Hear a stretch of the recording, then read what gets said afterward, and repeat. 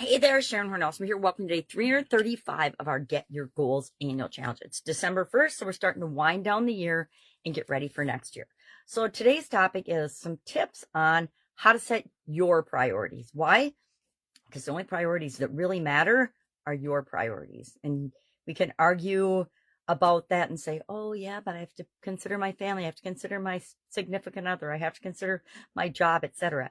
The truth is, if you don't have your priorities set and you know what's most important to you, you will be flip-flapped around by everyone else around you because their priorities will become your priorities. You will put them ahead of your own and find yourself in situations that are stressful, aren't what you wanted. You'll go down roads and make decisions and choices. They're not necessarily in your best interests. So let me grab a magnifying glass. Let me share some of these tips. And then our action item today is going to be to think of and write down. I don't care where you write it. You can share it in the comments below, but write it down. What are your top 3 priorities for 2024 or right now? What are your top 3 priorities maybe for the rest of this year, this last month of the year? I'm going to share mine. I just did them about 30 seconds ago, but I know what they are. And so it's pretty easy to make decisions and choices and to decide what to do and what not to do in order to achieve these when I know that these are my top 3 priorities, which is why we're doing this exercise today. So what are some tips on setting your priorities? Number 1, know what your values are. Name your values, know what your values are. For me, it's family, relationships, and making the world a better place. Those are actually my 3 biggest core values, and they have been for a long, long time. And actually becoming a continually improving, better version of myself, becoming the best possible person that I can be. So I guess that's 4. But know what your core values are and what's important to you. Love is my number 1 core value, right? Love affects everything to me. Number 2, do a maintain, improve, and change test on the things that pop up. I like to brainstorm a whole list of things that are important to me after I look at my core values.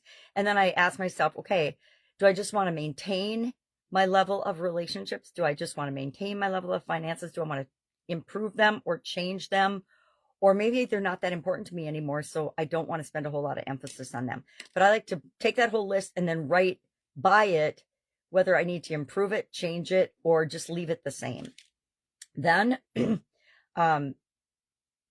use the power of 3s, meaning, oh, I forgot that that's why I missed one. The third one is test. I can't read my writing. That's really embarrassing. Test something different. Oh, styles. Test out different styles, meaning realize that you at any given time have the ability to decide who you are, who you want to be, and how you want to show up in the world. So try on different styles. Maybe you want to be more serious. Maybe you want to be more carefree and fun. Maybe you want to be more adventurous. Try those things out and see how they feel to you. If they feel good, do more of it. If they don't feel good, try something else. Then 4 is take stock of your job or your business. If you have a business, take stock of your business and decide, what are your strengths? What are your responsibilities? What is expected of you? What do you expect of other people? Is it an area that you're growing in? Does it make you feel good? And is it a place that you want to stay? Or is that one of those areas you might need to change? I found myself in the past on several occasions knowing that I had outgrown the job that I was in, and it didn't look like there were chances for advancement there. So in order to advance and manage my own career faster, I'm talking about in corporate America, same is true in different businesses that I've owned, I had to make the decision to make a change and go find a different job, join a different organization, join a different company, start a different company, whatever is right for you. 5, cut out the urgent in order to understand and work on what's important. There's this whole spectrum of urgent, important, and we cover this when we use the urine analysis tool, which is a terrible name, but it does remind us to look at things from different perspectives. And one of those is it urgent? If it's urgent, it usually goes up higher on our priority list, but we need to ask ourselves, is it urgent that I take care of this thing, or can I delegate it? I say delegate urgent things that I don't personally have to do. And then is it important? Urgent and important are a little bit different. Is it important, meaning it has to get done, is more, and does it have to be done by me? Again, if I can delegate it, it's important. I can go ahead and delegate. It's important that we eat meals every day. Is it important? Is it urgent? Sometimes it's urgent if we're not taking care of ourselves, but is it urgent and important that I personally prepare those meals? No, that's totally something that's urgent and important, but I can totally delegate it and I don't have to be responsible for it. It doesn't have to be a personal priority for me. All I have to do is remember to eat it. I don't have to do anything else to prepare it. I do have to make good choices, however, in terms of what I do eat. So we want to look at things, and the urgent things, if we can delegate or ask ourselves, is it really urgent, or does it just feel urgent because it's someone else's priority?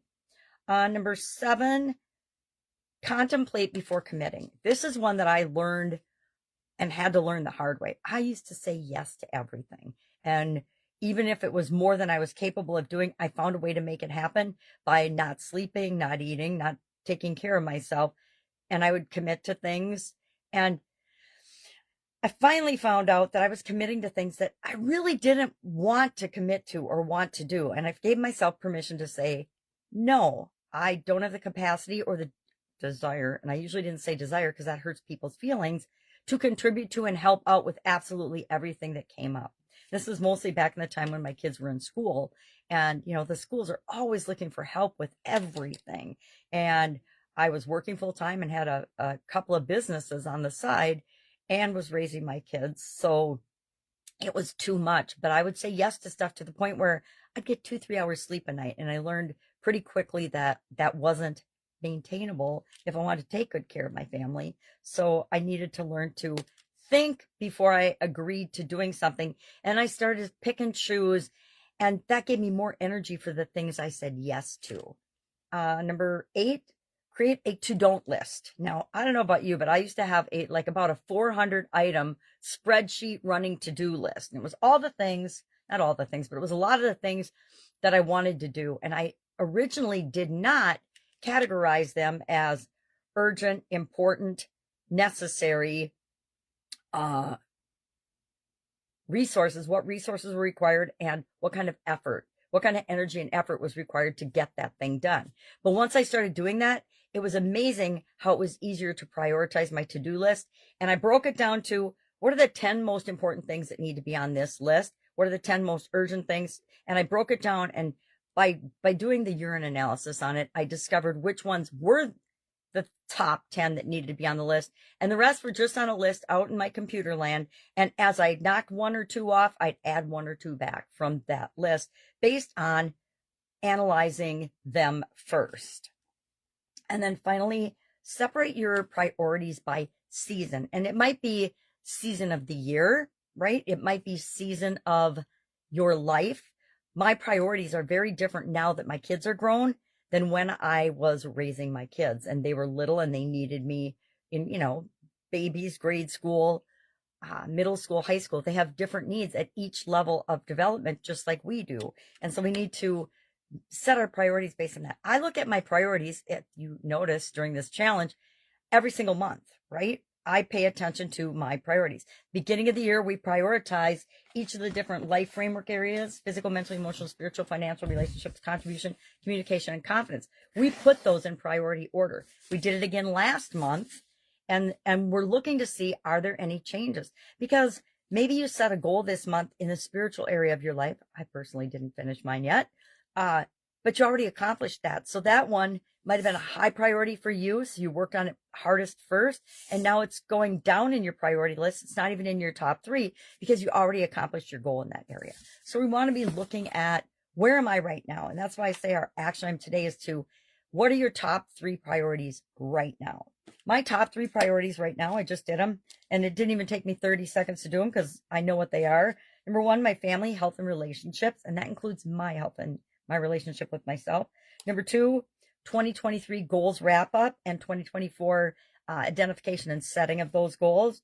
And then overhauling my online activities. This is kind of a back burner one that's been bothering me for about 3 years or 4 years now. So it's time to say, all right, let's just deal with that project and get it done, or delegate the vast majority of it so that I know it's being taken care of, but it doesn't take up my mental energy every time I'm doing something. And I think that this time of year, I have technological issues, usually with some of the platforms I'm using, and it's every year. And it actually, with one, it's like every 2 to 3 weeks, something changes. And being visually challenged, this is not easy for me to deal with. I'm not making excuses. It's just a pain in my rear for things to always be changing. So if I can delegate some of those activities, then somebody else has to deal with the technical changes. And I've got more mental capacity to work on priorities that are actually more important to me, things that I can do to make the world a better place, that make a real difference, not dilly-dallying with things that I probably have no business trying to figure out myself. Kind of like my makeup and hair, right? So that's it. Any questions about this today? I will tell you that one of the most freeing things that you can do is know what your personal priorities are, because it makes decision making so much easier. A lot of people in the world have a hard time making decisions.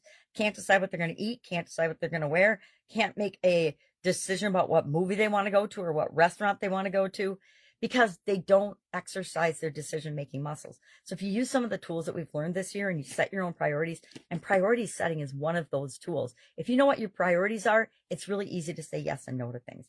If I know that my family, health, and relationships is a priority for me, it's easy to say yes when a family member asks me to take them, or I'm not driving anybody these days, but back in the day, take them to a doctor appointment, etc., or help them go and listen to their doctor's information for them so that they can remember it, etc. All right, that's it. Any questions, ask. There'll be a write-up in guide 17, yet I have not done it. I haven't done it yet, so it'll be later today. All right, have an awesome day and welcome December. Let's really have a great time this month. I was going to summarize what we're going to do this month. It's going to be a little different than the last few months. Some things will be the same, but some things are going to be different. And heads up, we are going to start setting our 2024 goals, identifying and setting those, because I think it's critical that we don't just do this challenge and then forget about everything we learned, that we roll into next year and we've got those goals set before it's even the end of this year. All right, have an awesome day, and I'll be with you tomorrow.